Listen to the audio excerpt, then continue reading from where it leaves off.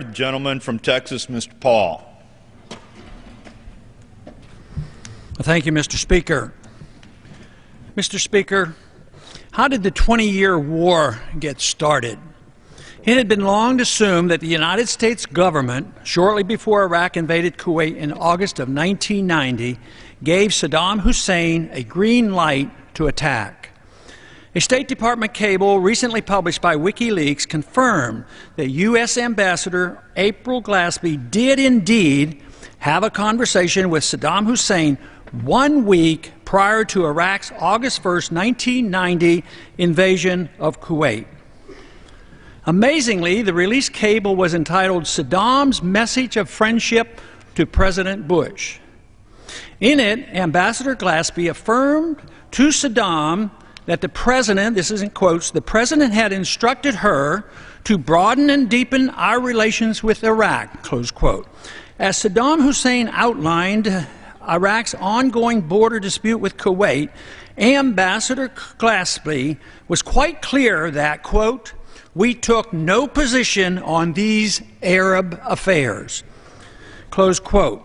There would have been no reason for Saddam Hussein not to take this assurance at face value. The U.S. was quite supportive of his invasion and war of aggression against Iran in the 1980s. With this approval from the U.S. government, it wasn't surprising that the invasion occurred. The shock and surprise was how quickly the tables were turned and our friend, Saddam Hussein, all of a sudden became Hitler personified.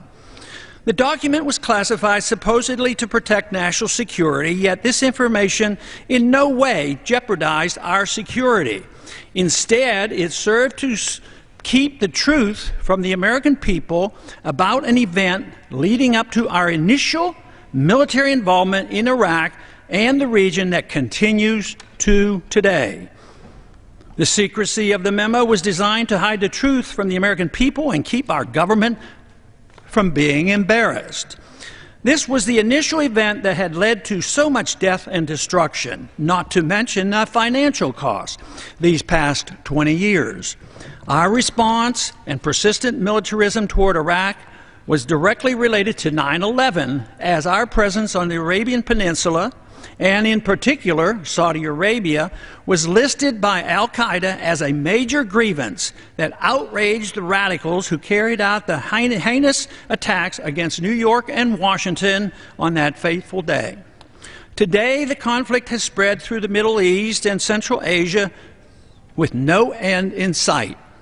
The reason this information is so important is that if Congress and the American people had known about this green light incident 20 years ago, they would have been a lot more reluctant to give a green light to our government to pursue the current war, a war that is ongoing and expanding to this very day. The tough question that remains is, was this done deliberately to create the justification to redesign the Middle East as many neoconservatives desired and to secure oil supplies for the West? Or was it just a diplomatic blunder followed up by many more strategic military blunders? Regardless, we have blundered into a war that no one seems willing to end. Julian Assange, the publisher of the WikiLeaks memo, is now considered an enemy of the state. Politicians are calling for drastic punishment and even assassination, and sadly, the majority of the American people seem to support such moves. But why should we so fear the truth? Why should our government's lies and mistakes be hidden from the American people in the name of patriotism? Once it becomes acceptable to equate truth with treason, we can no longer call ourselves a free society.